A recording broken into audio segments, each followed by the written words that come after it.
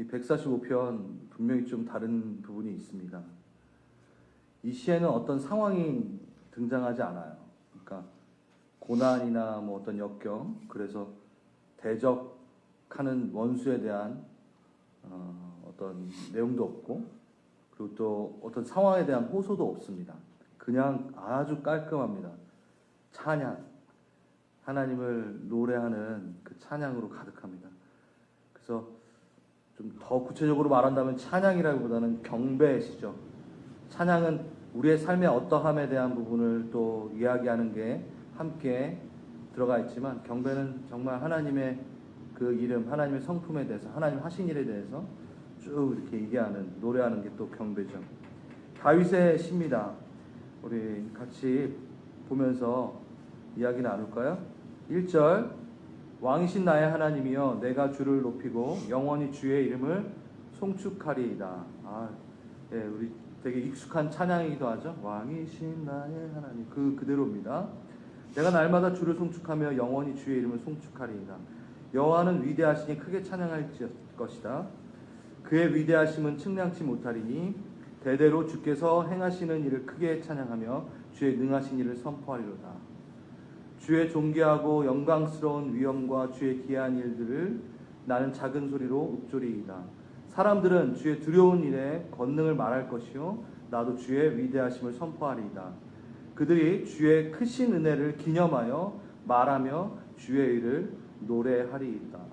쭉 이렇게 하나님의 위대하심을 노래하고 있습니다. 여러분, 왕이신 나의 하나님, 이것은 주권이 나에게 있지 않고 하나님께 있다라는 고백이죠. 주권이 나를 컨트롤하고 내가 결정할 수 있는 모든 것들이 아버지께 있다라는 고백입니다. 근데 우리가 이 편에 대해서 약간 착각하고 있는 생각들이 좀 있어요. 왕이신 나의 하나님, 이렇게 노래를 하다 보니, 이야기를 하다 보니까 하나님이 내 편이 되어주세요 라는 것으로 인식을 할 때가 참 많아요. 뭐 물론 맞죠. 하나님 우리 편 되어주시죠. 근데 왕이신 하나님을 우리가 부를 때는 좀 주의해야 되는 부분이 있습니다. 하나님이 내 편이 되어주세요가 아니라 나로 하여금 내가 하나님 편이 될 것입니다. 하나님 편이 되게 하여 주소서. 똑같은 소리 아닙니까? 이렇게 할 수 있는데, 여러분, 이게 아주 중요한 부분입니다. 여호수아서 5장에 보면은 우리 여호수아가 하나님의 군대 장관을 만나는 장면이 있어요. 여호수아가 그 군대 장관을 만나고 맨 처음에 군대 장관인지 모르잖아요. 놀라서 이 물음을 합니다. 너는 내 편이냐 아니면 내 편이 아니냐, 적이냐 라고 질문을 합니다. 너 내 편 맞아? 이렇게 합니다. 근데 그때 난 하나님의 군대 장관이야 이렇게 얘기를 하죠. 그래서 우리는 그 대목에서 서열이 높으니 꿇어, 이 정도로 보고 있는데, 거기에는 좀 큰 의미가 담겨져 있습니다. 하나님의 군대 장관이 거기에 대고 바로 그 얘기를 한 게 아니라 너 질문이 잘못됐다라는 얘기예요. 잠깐, 너 질문이 잘못됐다. 뭐라고? 주어가 너야? 내 편이냐? 나를 주체로 나를 도와주러 왔냐? 라는 너 여호수아의 너의 말이 틀렸다. 나는 하나님의 군대 장관이다. 너가 내 편이다.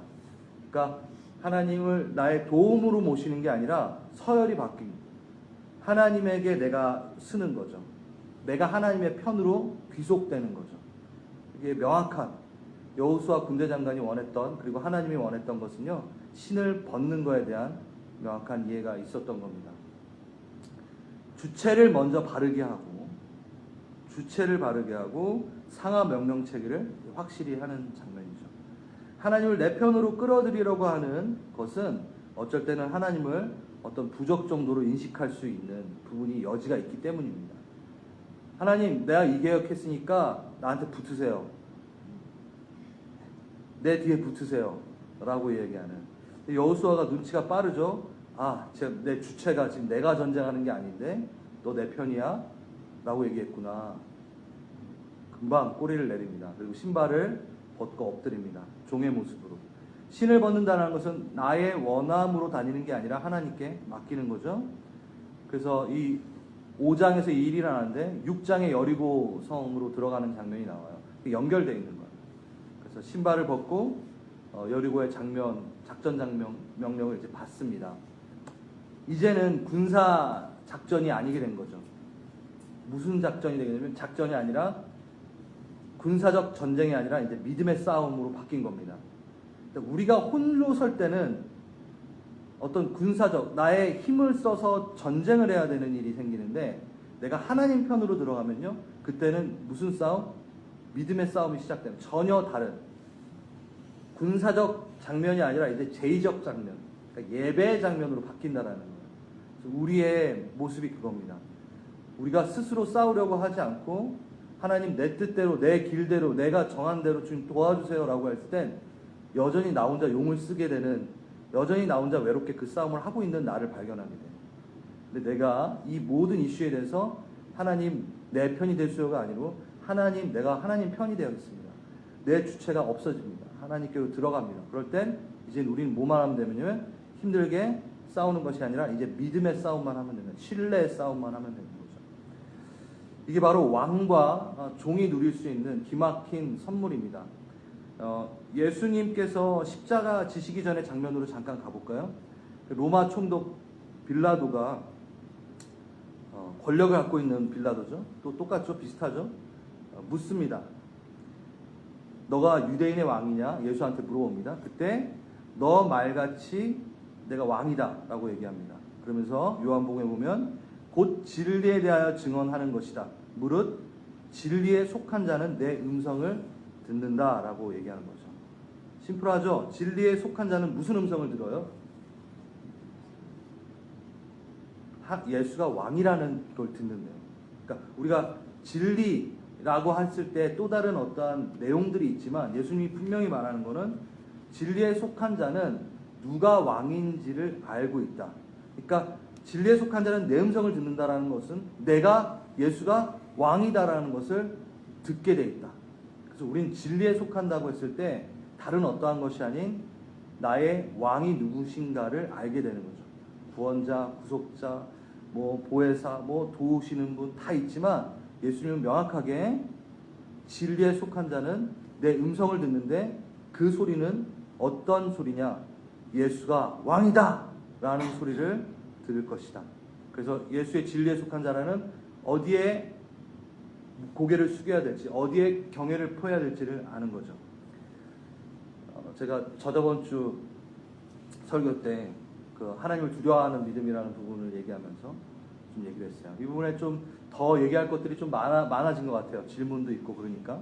그 다음에 주일에 제가 한번 시간을 내서 재밌게 한번 또 풀어가고 싶다는 생각이 들더라고요.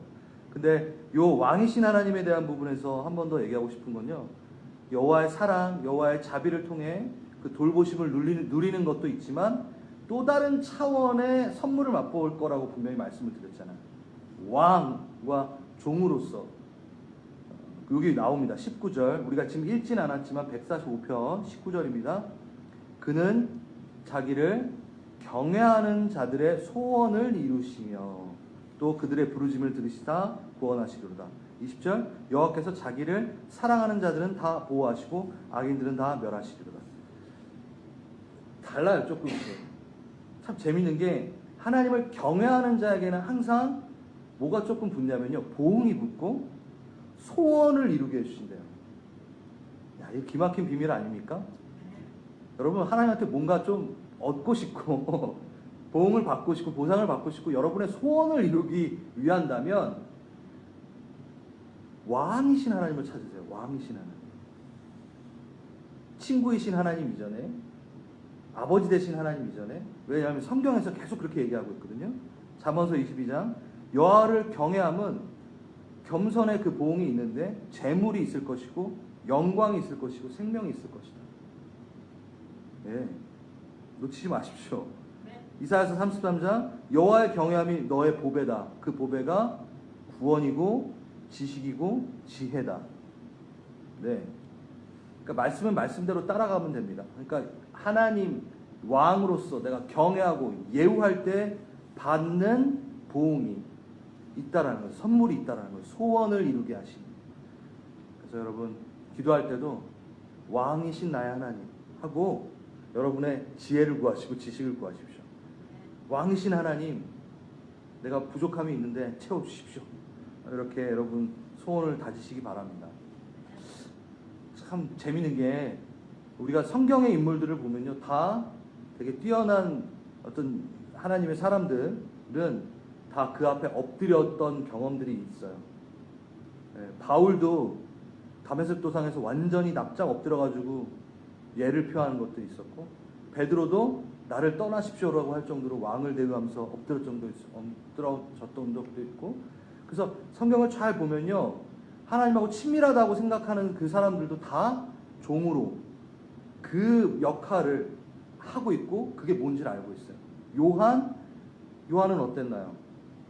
주님의 품에 안겨가지고 막 사랑만 이렇게 한 것 같죠? 요한계시록을 누가 썼죠? 요한이에요. 거기 보면 무슨 장면이 나오나요? 다 엎드리는 장면이에요. 다 왕에게 예우를 표하는 장면이에요. 그러니까 우리가 하늘에 올라가서 하나님 안아주고 뭐 이런 것도 있는데, 그 위험 때문에 다 엎드려져요. 그냥 쫄아요. 이렇게 두려워서 그런 게 아니라 그 위험에, 여러분 카보트라는 영광은요, 그 무게 때문에 이렇게 막 감당할 수 없는 무게. 그래서 제가 이렇게 막 성령 사역에 대한 그런 일이 있을 때 훅 주저앉을 때가 많아요.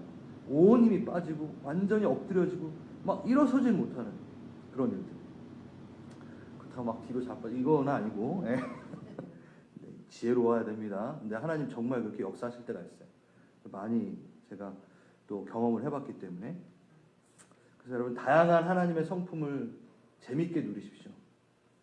신부와 신랑으로서의 관계의 즐거움도 누리고, 어쩔 땐 정말 군사와 대장과 군사의, 그리고 주인과 또 우리가 왕과 신하, 또 뭐가 있죠 여러분? 일꾼도 있고, 또 계속 말하지만 친구도 있고. 제가 저번 주에 말하다 말았는데 친구에 대한 부분을 한번 읽어드릴게요. 요한복음 15장. 사람이 친구를 위하여 자기 목숨을 버리면 이에 더 큰 사랑이 없나니 나의 명하는 대로 행하면 나의 친구다. 그러니까 우리가 생각보다 예수님이 나의 친구라고 얘기할 때 예수님 그 개념으로 말을 안 하시고 내가 명한 대로 행하면 내 친구다라고 얘기했어요. 너 나랑 되게 격없이 지내면 친구야가 아니에요. 친구를 위해 목숨을 버리면 친구다라고 얘기하고 있고, 그러면 이제부터는 너희를 종이라 하지 않을 것이고 종은 주인의 하는 것을 알지 못하는데 내가 너를 친구라고 했으니까 너가 다 이제 아버지께 들은 걸 알게 될 거야. 명확하죠? 친구가 됐을 때, 친구라고 불릴 때는 하나님의 명령을 다할 때 친구라고 부르시고, 목숨을 다해 내가 너에게 목숨을 걸고 너를 지켰으니 너도 목숨 걸고 날 지켜줄 수 있는 친구 사이니 그 친구. 그랬을 때 뭐라고요? 내가 종으로 두지 않는다. 이거는 뭐 하인 그런 개념이 아니라 다 아는, 다 말하는, 그래서 계획을 다 얘기해주는, 그러니까 목숨을 같이 걸고 뜻이 같으니까 얘기가 공유가 되는, 계획이 공유가 되는 친구를 말하는 거예요. 우리 교회는 좀 이게 명확하게 좀 섰으면 좋겠어요. 그래서 나는 주의 친구 할 때 친밀함도 분명히 있지만 이 부분도 분명히 있구나. 예수님의 삶의 목적이 하나님께 순복하는 삶을 사는 것으로 다 채워졌어요. 예수님의 명령을 이루는 것으로, 하나님의 명령을 이루는 것으로 예수님은 이 생을 사셨어요. 근데 가장 친한 친구시잖아요. 하나님과 예수님이. 그런 개념입니다. 자, 바로 또 넘어갈게요. 8절. 여호와는 은혜로우시며 긍휼이 많으시며 노하기를 더디하시며 인자하심이 크시도다. 이 8절은요. 출애굽기를 또 가봐야 돼요. 출애굽기 34장에 시내산에 올라갔을 때 밑에서 이제 모세가 올라갔을 때 밑에서 우상 만들고 막 그러잖아요. 그때 모세가 이제 하나 내려왔는데 막 그 돌판 깨고 막 난리가 나잖아요. 그래서 막 다 멸하시고 막 화가 나시고 나 얘네들 다 치워버릴 거야. 이럴 때 모세가 그러시면 안 됩니다. 막 이렇게 얘기하고 그러잖아요. 그때 모세가 간구하는 내용이에요. 여호와는 은혜로우시며 긍휼이 많으시고 노하기를 더디하시며 인자하심이 크시며. 똑같아요. 이게 모세가 그때 했던 내용입니다. 보세요 여러분. 은혜가 나오고 은혜로우시고 긍휼이 많으시다. 여러분 은혜와 긍휼이 되게 비슷한 얘기인 것 같지만 또 다릅니다. 은혜는요 여러분 잘 아시듯 값을 갚을 수 없는, 값을 치를 수 없는 자에게 값없이 주는 하나님의 완전한 사랑의 표현으로 은혜예요. 값없이 주는 거를 은혜라고 해요. 그럼 긍휼은 뭔가? 긍휼은 달라요. 마땅히 받아야 될 심판을 받지 않는 게 긍휼이에요. 은혜랑 긍휼은 틀려요. 긍휼은 마땅히 받아야 돼, 심판을. 근데 받지 않아. 이걸 은혜라고 얘기하지 않나요? 아니, 이걸 긍휼이라고 얘기하고, 값없이 하나님께서 다 치르셔서 뭔가를 주는 것을 은혜라고 얘기해요. 좀 다르죠. 그럼 긍휼은 뭔가? 긍휼이 없는 심판은 언젠가 온다라는 거예요. 긍휼이 없어지는, 은혜는 없어지지 않아요. 근데 긍휼이 언제쯤 마지막인지는 몰라요. 심판 가운데. 그러니까 계속 그 은혜 묻고 까불다가 긍휼의 하나님 계속 심판을 늦추시고 봐주시다가 긍휼이 끊어지는 때가 있는 거죠. 그러니까 긍휼함을 붙들고 살라고. 여러분, 은혜 안에 산다라는 말은 있는데 긍휼 안에 산다라는 말은 없잖아요. 그렇죠? 은혜 안에 사는 거죠. 근데 우린 매번 긍휼에 기대하면서 살면 안 돼요. 긍휼에 기대는 자, 심판 계속 면하면서 사는 자, 아니 은혜 안에 사는 자. 이게 구약과 신약과도 좀 비교가 되는 거예요. 뒤에도 조금 말씀을 드리겠습니다. 그래서 은혜 안에 사십시오. 계속 긍휼 안에 기대어 살려고 하지 마시고, 계속 심판만 면하고 살지 마시고 은혜에 춤추며 사십시오. 9절, 여호와께서는 모든 것을 방금 했던 거 진짜 되게 중요한 교리예요. 그렇죠? 아무튼 좋은 것 같아요. 수요일에 오신 분들은 주일날 또 못 누리는 걸 분명히 받는다니까요. 여호와께서는 모든 것을 선대하시며 그 지으신 모든 것에 긍휼을 베푸시는도다.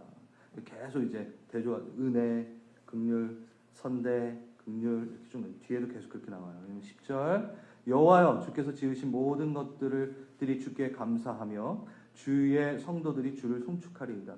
그들이 주의 나라의 영광을 말하며 주의 업적을 일러서 주의 업적과 주의 나라의 위엄 있는 영광을 인생들에게 알게 하리이다. 주의 나라는 영원한 나라이니 주의 통치는 대대에 이르이다. 여러분, 하나님이 어떠한 점이 위대한가요? 하나님이 어떤 점이 위대한가요? 여러 가지가 이유가 있죠. 그 여러 가지 이유를 어떤 폴더에 넣는다면, 두 개로 이렇게 나눠서 얘기한다면 좀 이해가 쉽습니다. 하나님의 위대함은 요게 지금 절에 쭉 나왔던 것처럼 하나님의 사역 때문에 위대하다고 얘기하고 있어요.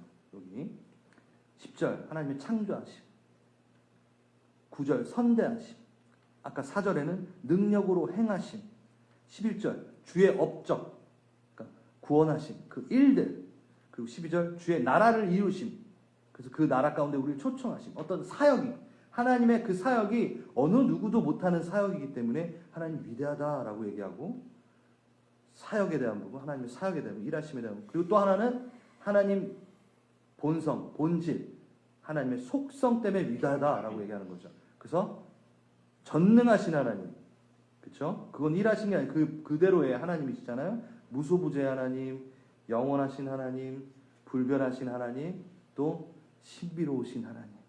그래서 하나님이 위대한 건요, 그런 일도 있지만 그 속성도 있는 거예요. 난 하나님의 속성 중에 여러 가지, 전능하신, 무소부재, 영원하신, 불변하심도 있지만 하나님의 신비를 많이 묵상해야 돼요. 왜 해야 되냐면 우리는 하나님을 다 알 수 없다는 걸 인정하는 게 하나님의 신비, 그 속성을 인정하는 거거든요. 이거랑 많이 싸워야 돼요. 다 알고 싶어요. 내 앞일을 다 알고 싶어요. 그래서 점집 가는 거죠. 기독교인이라도. 근데 인정하는 거예요. 내가 만약에 다 알면 내가 신이지. 내가 만약에 하나님이 나의 일의 모든 걸 다 나에게 알려주면 나도 신하지. 응? 왜? 격이 같아. 사이즈가 같은 거지.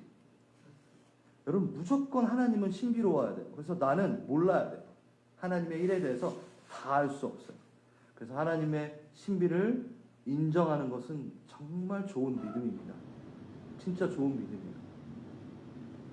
하나님의 신비가 없으면, 하나님께 신비가 없으면 그는 나의 하나님일 수가 없기 때문에. 네, 명확합니다. 신비를 인정해 주십시오. 여러분 삶에. 잠깐 여러분 너무 이해 안 되는 거 저기 찬장에다 잠깐 올려놓으세요. 그러면 그거 나중에 이게 왜 그런지를 다시 꺼내서 볼 때 해결이 될 때가 되게 많아요. 어느새. 근데 이 모든 어떤 지식을 다 내가 지금 당장 알아야 된다는 건 여러분 지금 하나님께 도전하는 겁니다. 기분 나빠도 어쩔 수 없어요. 어쩔 수 없어요. 그게 하나님이십니다. 하나님의 신비를 인정하십시오. 14절 여호와께서는 모든 넘어지는 자들을 붙드시며 비굴한 자는 이제 꺾인 자라고 얘기할 수 있어요. 일으키시는 도다. 왜? 하나님 이러신 분이에요. 그러니까 하나님의 그 신비를 인정할 때, 하나님의 그 위대함을 인정할 때 막 불안하고 그런 게 아니라 여러분 넘어지면 붙드시고 꺾이면 일으키시고 그런 분이세요. 그러니까 맡기세요. 모든 사람의 눈이 주를 앙망하오니 주는 때를 따라 그들에게 먹을 것을 주시며 손을 펴사 모든 생물의 소원을 만족하게 하시나요. 연약할 때 돌보시는 하나님의 모습을 보여주십니다. 그리고 17절 여호와께서는 그 모든 행위에 의로우시며 그 모든 일에 은혜로우시며 여호와께서는 자기에게 간구하는 모든 자 곧 진실하게 간구하는 모든 자에게 가까이 하시는 도다. 여기 또 뭔가 의로움, 은혜, 이게 조금 뭐 이렇게 상충되진 않지만 조금 다른 성품들이 나오고 일들이 나오는 거죠. 의로움과 은혜. 근데 그 하나님에게 간구하는 자, 진실이 간구하는 자 모두 하나님께서 가까이 두신다라고 얘기합니다. 저는 여기에서 이 17절을 좀 보기 원해요. 모든 행위에 의로우시고 모든 일에 은혜로우신 우리 하나님, 그 실체가 바로 예수님이시죠. 그래서 그 하나님을 따르는 우리 또한 모든 행위에 의로워야 되고 모든 일에 은혜로워야 된다는 것을 우리가 알고 있습니다. 예수님께서 어떤 질문을 한번 받았어요. 율법사, 마태복음에 보면 한 율법사가 와가지고 이 모든 율법 613개의 율법 중에 뭐가 제일 위대한 율법입니까? 했을 때 예수님이 뭐라 그러셨죠? 우리 너무 잘 알잖아요. 첫째는 왜 대답이 없어? 예? 하나님을 사랑하라. 왜 다 처음 듣는 것처럼 해주면 안 되는데? 내 마음을 다하고 목숨을 다하고 뜻을 다해서 주 너의 하나님을 사랑해라. 첫 번째고, 두 번째 또 큰 계명 강령은 뭐냐? 그것처럼, 그렇게 사랑한 것처럼 내 이웃을 사랑하라. 이 두 계명이 온 율법과 선지자들의 강령이니라. 그러니까 율법을 잘하는 율법사가 그 율법 13개 중에 뭐가 제일 큰가 했을 때 그걸 쭉 압축해가지고 이건 다 어디? 하나님 사랑하고 그대로 또 이웃을 사랑하는 거야. 이게 바로 율법의 강령이야 라고 얘기한 거죠. 그렇죠? 네. 근데 여러분 마태복음 할 때 기억나실지 모르겠지만 옛 언약과 옛 계명과 새 계명이 같나요? 틀린가요? 여러분 너무 죄송스러운데 수요예배 때 여러분 괴롭히려고 하는 건 아닌데 옛 계명과 새 계명의 요구는 동일합니다. 어떤 요구? 사랑하라 라는 요구는 동일해요. 사랑하지 못하면 근데 옛 계명은 죽는다 라고 얘기하는 거예요. 근데 새 계명도 그러면 너 사랑하려면 말고 사랑하려면 해 라고 하지 않고 명령으로 하나님이 사랑하라 얘기해요. 그리고 새 계명은 옛 계명보다 좀 더 강하게 좀 더 빡세요. 예?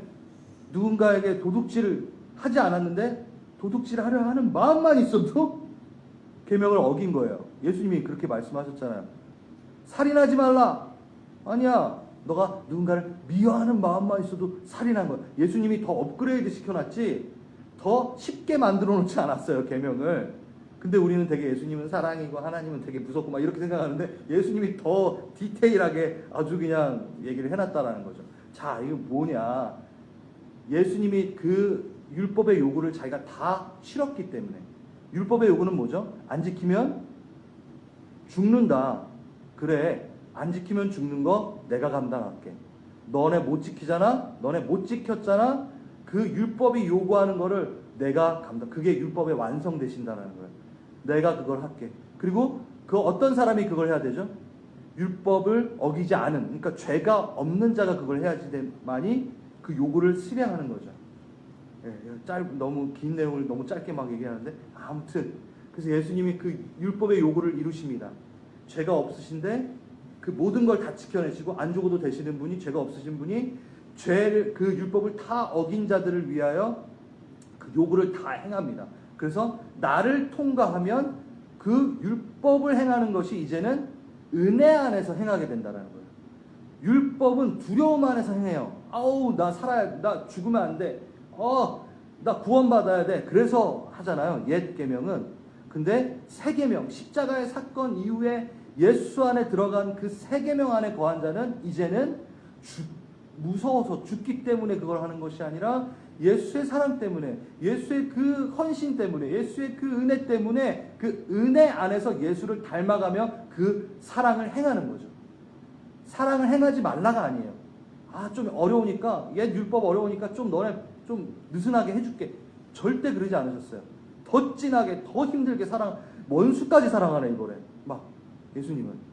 그러니까 어떤 요구와 행동과 실천을 무마시키는 게 아니라 더 견고히 세우되 너희가 그거를 매어서 두려움해하지 말고 내 안에서 나를 의지해서 해라. 끝까지 가보자. 나를 닮아가라 라고 얘기하는 거죠. 이렇게 길게 하려고 했던 건 아닌데 여러분의 눈빛이 전혀 이렇게 눈 보는 하면 안 돼요. 아무튼 그래서 모든 행위에 의로우시며 모든 일에 은혜로우심. 이게 지금 방금 말했던 거를 감싸고 있는 것 같아요. 모든 일에 의로운 자가 여러분 되십시오. 그리고 모든 일에 은혜롭게 행하며 은혜로 그것을 하십시오. 예수 안에 속하여. 할렐루야.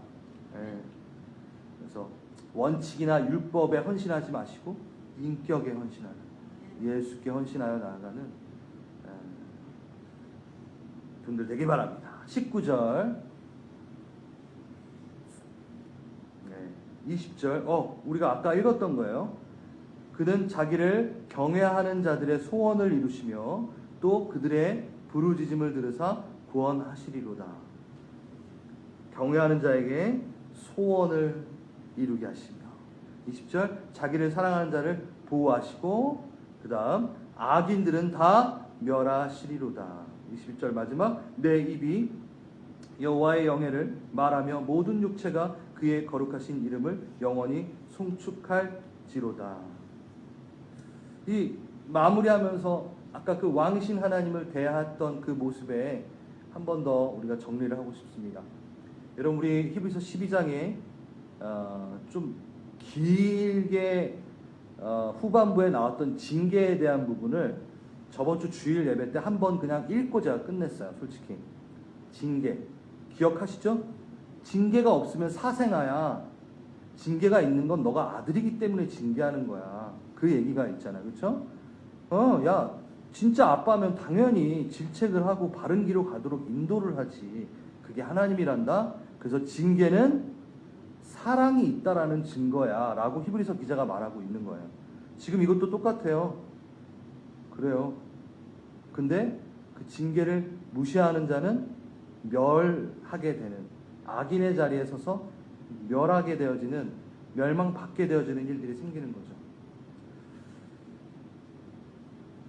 제가 이야기 하나 갖고 왔어요. 이거 좀 다 유명한 이야기예요. 잉거솔이라는 독일의 유명한 무신론 철학자가 있었어요. 1800 후반 그때쯤에 있었던 무신론 철학자인데, 그가 항상 그가 했던 강연의 주제는 항상 무신론적이었어요. 하나님 없다. 하나님이 없다고 항상 외치는 사람이었어요. 어느 때와 달리 똑같이 그가 강연을 하고 있었고, 자신의 차서 하나님 없다고 얘기를 합니다. 되게 유명한 일인데, 자기가 차고 있던 시계를 이렇게 풀더니 하나님께 도전장을 내민 겁니다. 여러분, 제가 지금 이걸 할 테니까 한번 봐세요. 하나님이여, 나는 당신에게 5분을 주겠소. 난 5분 동안 당신을 처참히 저주할 거요.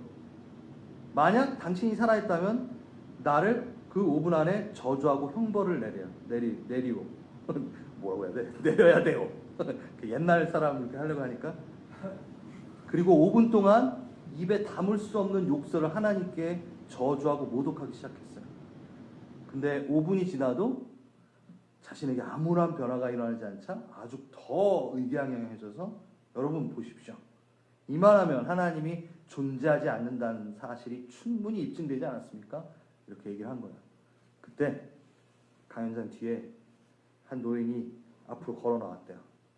그리고 이렇게 얘기합니다. 나는 하나님이 계신다고 믿는 그리스도인이요. 내가 감히 당신의 연설에 대해 평가를 한다면 오늘 당신은 하나님이 존재하지 않는 것을, 그 사실을 입증한 게 아니라 단지 당신이 하나님과 아무 상관이 없는 사실을 증명한 것뿐이요. 왜? 내가 믿고 경험한 하나님은 내가 그분을 떠났을 때, 그분을 거스릴 때 책망하시는 하나님이시고 때로는 징계를 하시는 하나님이셨던 걸 난 아오. 당신에게 아무 징계가 없고 지금 아무리 그분을 욕하고 저주해도 아무 일이 일어나지 않는 것은 당신은 하나님과 전혀 관계없는 사람이라는 것을 증명한 거지, 하나님이 없다는 걸 증명한 게 아니에요. 더 무섭고 좀 떨리는 말이죠. 하나님은 그의 자녀를 그냥 내버려 두시지 않습니다. 징계하십니다. 우리 이 말 되게 하기 힘들어요. 그 옛날에는 어떤 성도님들이라든가 좀 믿음이 연세가 있어서 믿음의 연식이 있으신 분들은, 아, 주님이 지금 이 시기에 날 징계하시는 것 같아. 나 그런 어떤 고백과 말들을 많이 들었었거든요. 근데 요즘엔요, 그 말만 하면은, 아유, 징계 아니에요. 아유, 하나님 안 그래요. 이래요, 다. 여러분 되게 그러지 않나요? 대부분? 근데 저 말씀을 전하겠습니다. 하나님 징계하십니다. 뭐? 사람 때문에. 그러니까 징계가 없다면 이상하다 생각해야 된다니까요. 그래서 누군가가 깨닫고 징계를 받고 있다 그러면, 그래, 잘 넘겨라 얘기해야지. 하나님 사랑이시여, 뭐 징계하지 않아. 여러분 조심하세요. 조심하셔야 돼요. 되게 젠틀하고 되게 좋은 어떤 격려와 위로를 하는 것처럼 착각하지만 하나님 그거 보실 때, 아이고 너가 참 날 모른다 이러실 거예요. 그래서 제가 목사지만 가끔 무슨 일을 하고 막 할 때 매번 위로와 격려하지 않아요. 그 시간을 잘 버텨내십시오라고 할 때도 있어요. 절 매몰차다 생각하지 마십시오. 왜? 제가 그 시기를 겪을 때가 많으니까. 그리고 점검하게 되고.